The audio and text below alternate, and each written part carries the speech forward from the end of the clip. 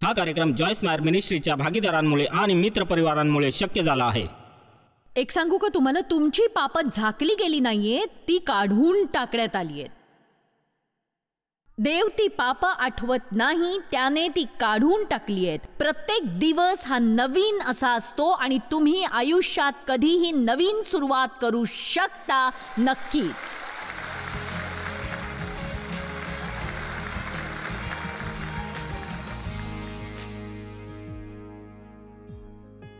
आरोग्यदायी स्वप्रतिमा म्हणजे काय? मी आज जर तुम्हाला म्हटलं घरी जा आणि स्वतःबद्दल एक आरोग्यदायी प्रतिमा असू द्या, तर म्हणजे नक्की काय? तुम्हाला एक मुद्दा सांगते.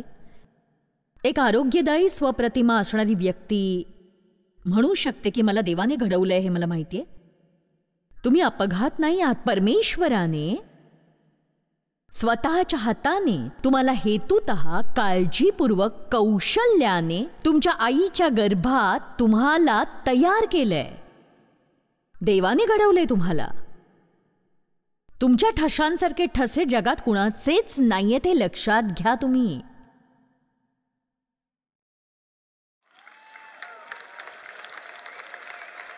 तुम्ही अलौकिक आहात आणि जे अलौकिक असतं त्याचं मोल इतर सगळ्यापेक्षा श्रेष्ठ असतं हे लक्षात घ्यायला हवं तुम्ही. देवाचा तुमच्यासाठी एक हेतू आहे आणि तो तुमच्यावर विनाअट प्रेम करत असतो. मला एफेसकरास अध्याय 1 वचन 4 आणि 5 आवडतं. म्हणून आपल्याला ख्रिस्तामध्ये निवडले गेले आहे. लक्षात घ्या, निवडले गेले आहे.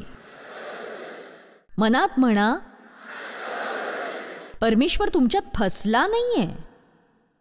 त्याने तुम्हाला निवडलंय, तुम्हाला पसंत केलंय आणि चक्क ख्रिस्तात त्याने आपल्यासाठी आपली निवड केलेली आहे. आपण लायक आहोत म्हणून त्याने आपली निवड केली नाही, पण ख्रिस्तात असणाऱ्या आपल्या विश्वासामुळे तो आपल्याला ख्रिस्तात पाहतो आणि त्याने आपली निवड स्वतःसाठी केली आणि त्याने ते जगाच्या निर्माणाच्या अगोदर केलंय. जगाच्या स्थापनेआधीच, म्हणजे तुम्ही काहीही योग्य किंवा अयोग्य करण्याआधीच त्याने तुम्हाला निवडलंय. मला तुमचं माहित नाही, पण मला वाटतं सगळ्यांनाच निवडलं गेल्याचा आनंद होत असतो. प्रत्येकालाच वाटतं की आपली निवड केली जावी. बायबल सांगतं की आपण त्याला अतिप्रिय आहोत.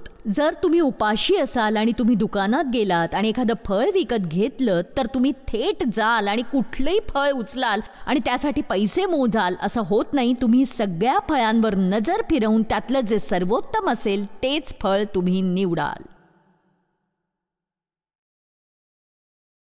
परमेश्वर म्हणतो की तुम्ही त्याला अतिप्रिय आहात, त्याची पसंत आहात तुम्ही.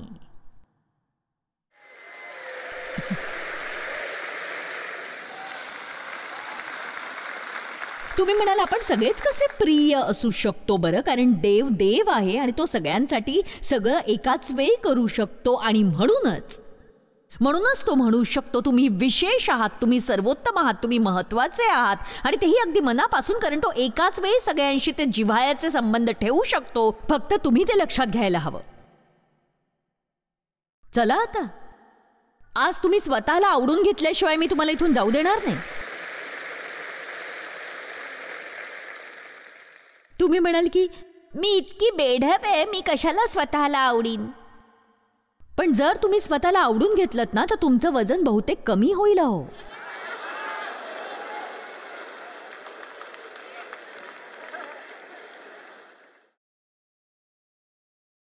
आपण जर स्वतःला आवडत नसू ना, तर काय होतं ते मी सांगते. आपलं पोट रिकामं असलं की आपल्याला वाटतं आपल्याला भूक आहे, म्हणून आपण जेवणाने ते भरू पाहत असतो.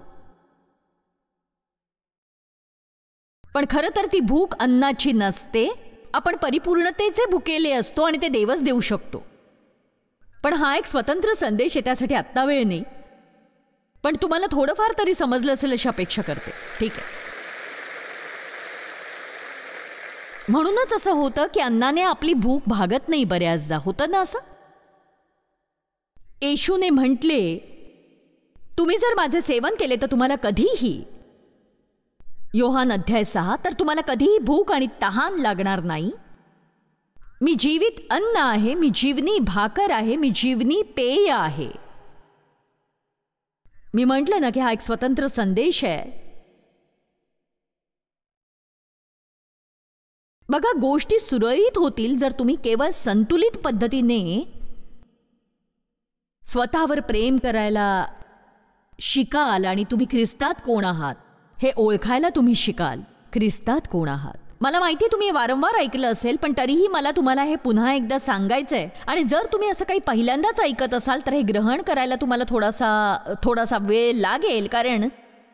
कारण या ना त्या कारणास्तव आपल्याला असं वाटत राहतं की आपण काहीही कामाचे नाही आहोत. मी एक विचारी, दयनीय आणि वाईट अशी पापी आहे आणि मी एक भयानक अशी व्यक्ती आहे. हे देवा मला माफ कर, देवा मला क्षमा कर, मला माफ कर. आपण ना अगदी म्हणजे आपण असे वागतो ना, इतके नाटकी वागतो कधी कधी.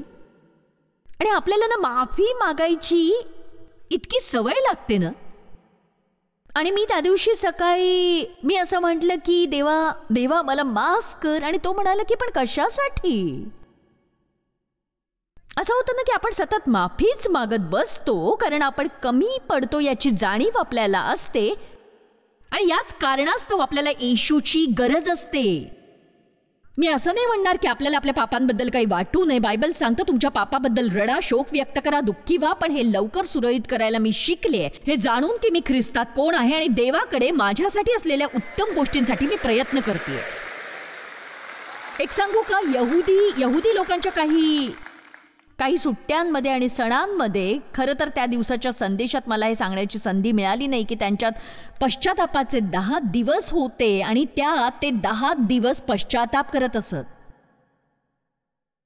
पण ख्रिस्तात मी काही क्षणातच हे सावरू शकते.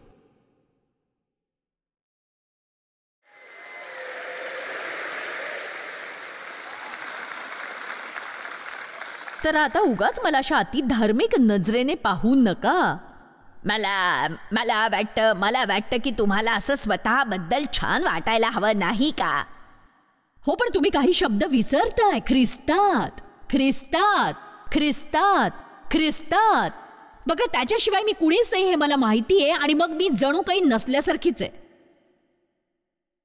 तुम्हाला तुमच्या जीवनात विजय हवा असेल तर त्याच्यात तुम्ही काय आहात याची ओळख तुम्हाला असायलाच हवी.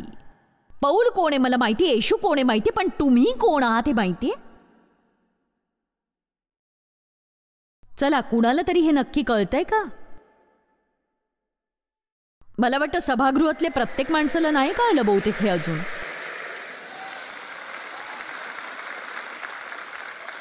बघा, स्वतःचा तिरस्कार न करणं ही दिसायला साधी पण करायला कठीण गोष्ट आहे खूप. स्वतःची इतरांशी तुलना करण्यात तुमचा वेळ वाया घालवू नका. तुम्हाला इतर कुणासारखी प्रार्थना करायची गरज नाही, इतर कुणासारखा बायबलचा अभ्यास करायची गरज नाही.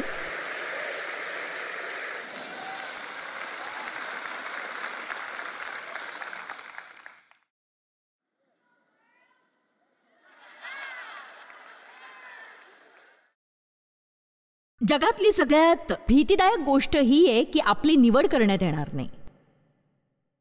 ही मी शाळेत असतानाची एक मूर्खासारखी गोष्ट आहे.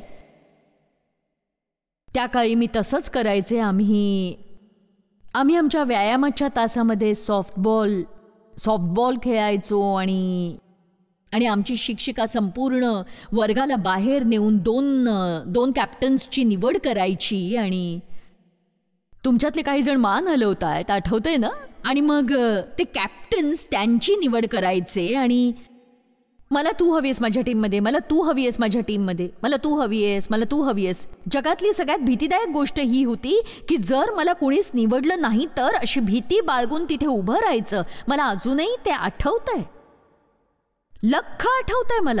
मला आठवतेय ती भीती. कुणाला आठवतेय का? कुणालाच नाही आठवत ती भीती. चला, निदान काही जणांनी तरी हात वर केले बाबा. नाही तर काही जण असे आहेत की नाहीच वर करणार हात मी.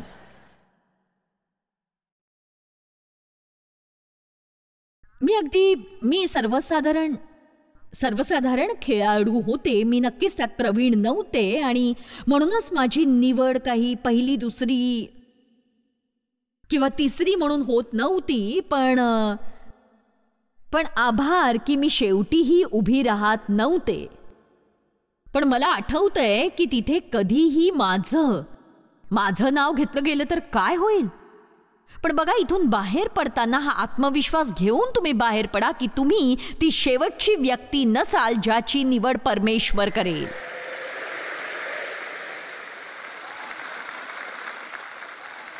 त्यांनी तुम्हाला आधीच निवडलंय. तुम्ही विशेष आहात यावर त्याचा विश्वास आहे. तुम्ही त्याला हवे आहात. असा विचार करू नका की कुणालाच माझी गरज नाही, कारण देवाला तुम्ही हवे आहात. तुम्ही त्याचं लाडकं मूल आहात.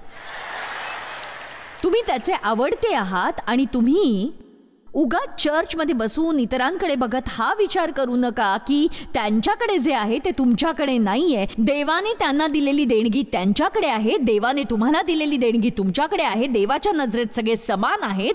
तुम्ही केवळ तुम्हाला देवाने दिलेलं काम करायचंय, बास. रस्त्याच्या आडोशाला बसल्यासारखं आयुष्याच्या आडोशाला बसून इतरांचं कसं सुरळीत चाललंय असा विचार करत बसू नका, कारण इतरांसाठीही नेहमीच सगळं सुरळीत नसतं हे लक्षात घ्या. देवाचे आभार की असे आपण नाही आहोत. जसं त्याने ख्रिस्तात आपली निवड केली आहे. ख्रिस्तात आपली निवड केली आहे. ख्रिस्तात आपली निवड केली आहे. दुसरी गोष्ट अशी की तुम्ही मौल्यवान आहात. सैतानाला वाटतं आपण बेकार आहोत असा विचार आपण करावा. मी इथे कशासाठी आहे, मी काय करतेय, मी फक्त एक गृहिणी आहे असं प्रत्येक बाईला वाटतं जवळजवळ की मी एक साधी गृहिणी आहे. पण गृहिणी या घर घडवतात आणि त्या जगातल्या सर्वोत्तम व्यक्ती असतात. म्हणजे खरंच सांगते, त्या अद्भुत असतात. त्या असतात आश्चर्यकारक. तुम्ही तुमच्या मुलांवर प्रभाव पाडू शकता.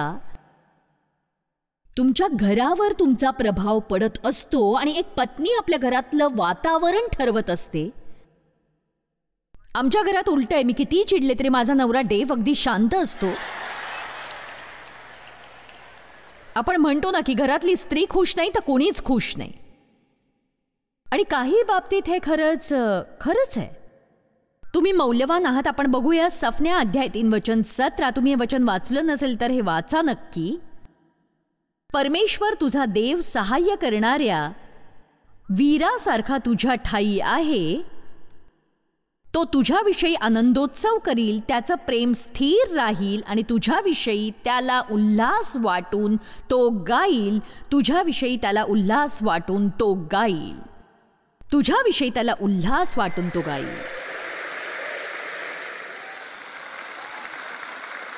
बऱ्याचदा सकाळी तुम्ही उठता तेव्हा तुम्हाला पहिल्यांदा काय आठवतं तर काल आपल्याकडनं काय चूक झालीये, पण ते चांगलं नाहीये, कारण सैतानाला वाटतं की तुम्ही तुमच्या दिवसाची सुरुवात चांगली करू नये.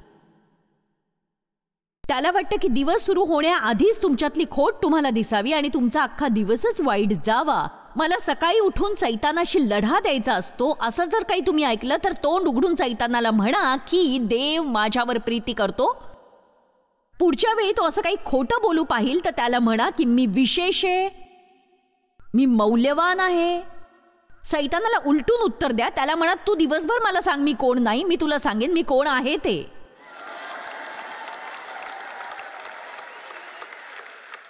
त्या दिवशी मी सकाळी नेहमीप्रमाणे माझं वॉक घेत होते आणि काही कारणास्तव सैतान त्या दिवशी लोकांविषयी माझ्या डोक्यामध्ये निंदक आणि न्याय करणारे विचार घालत होता आणि तो हेतू पुरस्सर करत होता. आणि त्याविषयी मी तुम्हाला काही वेळात सांगेन, कारण पुष्कळदा आपण मोहात पडतो म्हणून आपल्याला दोषी वाटतं. आणि एक गोष्ट सांगू, मोहात पडणं हे पाप नव्हे. मोह हा मोह आहे, तो पडणारच आहे. पण तुम्ही त्याला विरोध करत परमेश्वराच्या वाटेवर चालत राहिलात तर फायदा होईल. आणि मी हे नेहमीच म्हणते, मी सैतानाला नेहमीच उलट उत्तर देत असते, कारण ते गरजेचं असतं. गप्प बस सैताना. परत तो काहीतरी बोलतो. पुन्हा मी म्हणते गप्प बस सैताना. तिसऱ्या वेळी त्याच्या लक्षात येतं की जर तो गप्प बसला नाही तर मीही गप्प बसणार नाही. तुम्ही सैतानाला उलट उत्तर देता का? येशूने म्हटले, मागे हो सैताना, तू माझ्या वाटेत आहेस, तू माझ्या वाटेत आहेस, तू एक अडखळण आहेस, गप्प बस. गप्प बस सैताना. त्याने अगदी तेच म्हटलं ज्यावर त्याचा विश्वास होता. तुमच्यापैकी काहींनी आयुष्यात कधीच असं केलेलं नाही. तुम्ही दिवस रात्र सैतानाच्या खोट्या गोष्टी ऐकत बसलात आणि त्याने तुमच्याबद्दल सांगितलेल्या प्रत्येक खोट्यावर तुम्ही विश्वास ठेवलाय. चर्चमध्ये येऊन गप्प बस सैताना गाणं गाऊ नका जर घरी परतून तुम्हाला ते करता येत नसेल तर.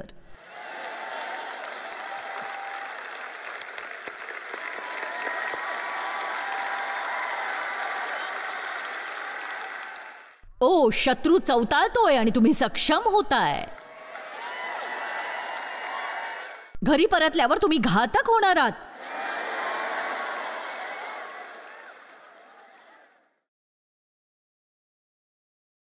लोक तुम्हाला कसं वागवतात किंवा लोकांना तुमच्याबद्दल काय वाटतं यावर तुमचं मोल आधारित नसतं, तर देव तुमच्याबद्दल काय म्हणतोय यावर तुमचं मोल आधारित असतं. लोकांसाठीचा एक मोठा तुरुंग म्हणजे लोक त्यांच्याबद्दल काय विचार करतील या भयात जगणं. लोकांसाठी मोठा तुरुंग म्हणजे लोकांना काय वाटेल या भयाचा तुरुंग. लोकांचं भय.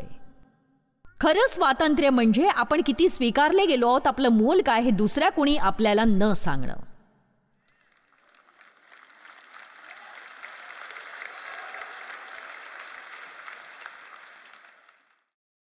लोकांना वाटतं की एखादी नवी हेअरस्टाईल केल्याने किंवा काहीतरी नवीन आणल्यावर तुम्हाला ते तोवर बरं वाटत नाही जोवर लोक तुम्हाला ते बरं आहे असं सांगत नाहीत.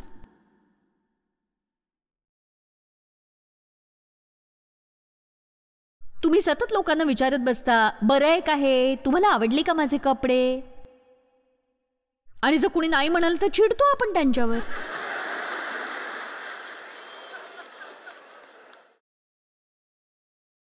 माझी असिस्टंट हुशार आहे. मी आज सकाळी म्हटलं मी आणलेलं एक जॅकेट मी घातलं होतं पण मी ते घालणार नव्हते पण सहज घेऊन आले होते आणि ते माझ्या नेहमीच्या स्टाईलपेक्षा थोडं वेगळं होतं आणि म्हणून मी ते घातलं आणि विचारलं की माझ्यावर हे बरं दिसतंय का. तर ती म्हणाली, तुमच्यावर सगळं चांगलं दिसतं. आणि मला वाटलं म्हणजे तुला ते फारसं आवडलेलं नाहीये बहुतेक, हो ना. पण खरं तर ती माझ्यापेक्षा चतुर आहे, माझ्यापेक्षा चांगली आहे. मी म्हटलं असतं नाही, मुळीच बरं दिसत नाही. काय पटतंय की नाही मी काय म्हणते. ऐका, तुम्हाला आवडलंय ना मग घाला तुम्ही. तुम्ही काय करता यासाठी इतरांच्या परवानगीची गरज नाही. कशाला हवा इतरांचा शिक्का. नाही, तुम्हाला हे पटतंय की नाही माहित नाही पण मी मात्र हे अशीच वागते. स्वतःबद्दलची एक आरोग्यदायी प्रतिमा असण्यासाठी तुम्हाला माहीत असायला हवं. स्वतःला म्हणा, मला मी आवडते, मी केलेली एकूण एक गोष्ट मला आवडत नसेल पण स्वतःला नाकारून येशू मला जे जीवन देण्यासाठी मरण पावला ते मला वाया जाऊ द्यायचं नाही. मला मी आवडते, माझी प्रत्येक गोष्ट मला आवडते असं नाही, माझी प्रत्येकच गोष्ट मला आवडेल असं नक्कीच नाही. बऱ्याचदा मी बोलून जाते आणि मग बोलल्यावर विचार करत बसते, जॉयस हे असं करणं वाईट आहे नाही का, आणि हे रेकॉर्ड होतं आणि ते जग बघतंय. जॉयस मी करते ती प्रत्येक गोष्ट मला आवडत नाही पण मी स्वतःला आवडते. आणि मी हे फार गर्वाने म्हणते असं नाहीये पण मला वाटतं की देवाला असं वाटतं की आपण स्वतःला आवडावं. मला माहिती आहे, हे कळतंय पण वळत नाही अशी परिस्थिती आहे.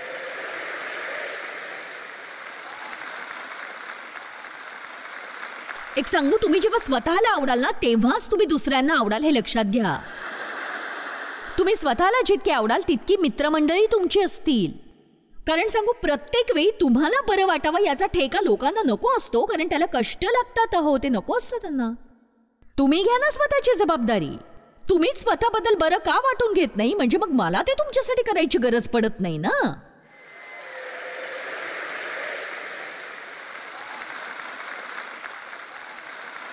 चला आता घरी परतून आपल्या नवऱ्यांना तुम्हाला आनंदी ठेवण्याची जबाबदारी देऊ नका.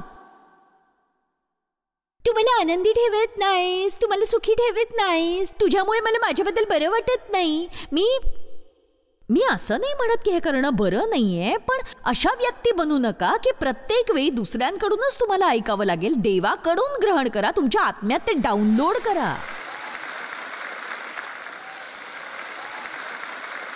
देवाने मलाही हे सांगितलं होतं, कारण मी अगदी अशीच होते. पण देव अमुक करत नाही, देव तमुक करत नाही. परमेश्वर म्हणाला, देवला तुझ्या आनंदाची जबाबदारी देऊ नकोस, तू घे. तुमच्यापैकी काही आज घरी जाऊन खरोखर उत्तम वैवाहिक जीवन जगू शकाल जर तुम्ही तुमच्या जोडीदाराला सतत तुम्हाला आनंदी ठेवण्याची जबाबदारी सोपवली नाही तर. बघा, तुमचं इथे येणं सार्थक ठरलं की नाही? मी म्हटलं, तुमचं इथं येणं सार्थक झालं की नाही? घरी परतून तसं वागायला लागा. बहुधा तुमचा नवरा तुमचे पुढच्या वर्षीचे पैसे भरेल. इथे जा अशी तुम्हाला विनंती करेल. पुढचा मुद्दा असा, माझ्यात दोष आणि कमकुवतपणा असला तरी माझ्यात क्षमता आणि सामर्थ्य आहे. गीतरत्न अध्याय 4 आणि वचन 7 म्हणतं, माझ्या प्रिये तू सर्वांग सुंदर आहेस, तुझ्यात काहीच व्यंग नाही. वाह, हे चक्क पवित्र शास्त्रात आहे. आणि गीतरत्न समजण्यास थोडं आव्हानात्मक आहे. मला त्या बकरीच्या केसाबद्दल किंवा इतर काही बाबी मला कळत नाहीत, मला त्या नकोतही. पण ही देवाची आणि त्याच्या लोकांची प्रेमकथा आहे. माझ्या प्रिये तू सर्वांग सुंदर आहेस, तुझ्यात काहीच व्यंग नाही, काहीच नाही. आणि आज मी तुम्हाला हेच सांगू इच्छिते, देव तुमचं मन पाहतो. तो आपल्या चुका जाणतो, आपले दोष जाणतो, आपल्याला चूक दाखवतोही. पण देवाचे आभार की ज्याने तुमच्यात एका उत्तम कार्याची सुरुवात केली, तो ते कार्य नक्कीच सिद्धीच नाही, हे लक्षात घ्या. आपल्यात निश्चितच अशा बाबी आहेत ज्या आपण बदलायला हव्या आहेत, आणि आपण निश्चितच अयोग्य बाबी घेऊन फिरत असतो. पण तुम्हाला एक सांगू का की येशू त्या अयोग्य गोष्टीवर लक्ष केंद्रित करत नाही, तो आपल्या चांगल्या गोष्टींवरच लक्ष केंद्रित करतो.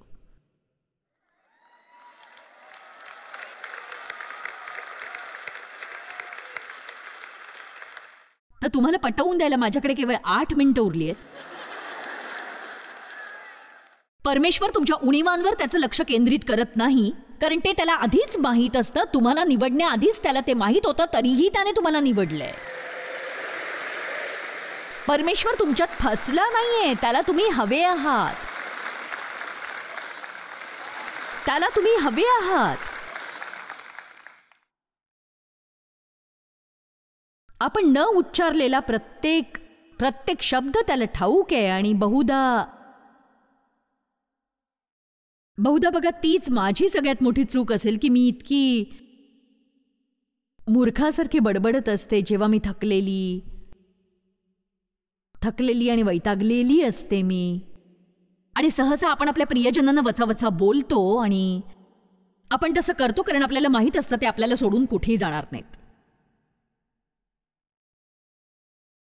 बघा, मला स्वतःतलं हे आवडत नाही, पण त्यामुळे देवाला माझा वापर करण्यात अडखळण येत नाही. आणि मी जिथे असायला हवी होते तिथे नसले तरी जिथे होते तिथेही नाही.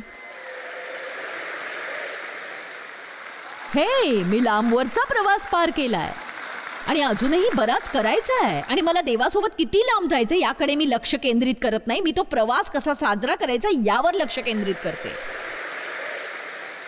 आणि दयनीय बनून मी सैतानाला अजिबात शक्ती आणि सामर्थ्य देणार नाही, कारण मी त्याबद्दल काहीच करू शकत नाही. येशूने त्याच्या रक्ताने त्याचं मोल फेडलंय.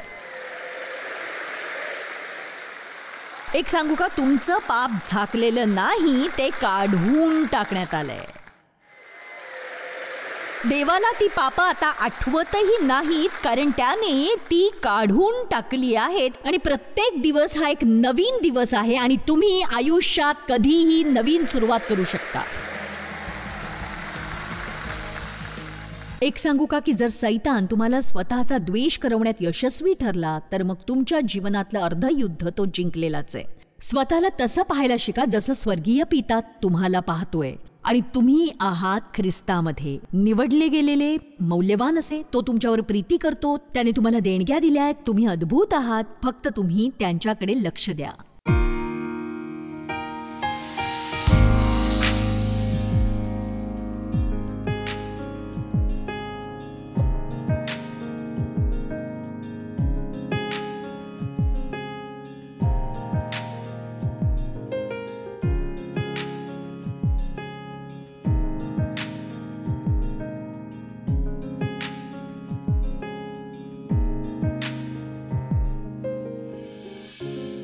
हा कार्यक्रम जॉयस मायर मिनिस्ट्रीच्या भागीदारांमुळे आणि मित्रपरिवारांमुळे शक्य झाला आहे.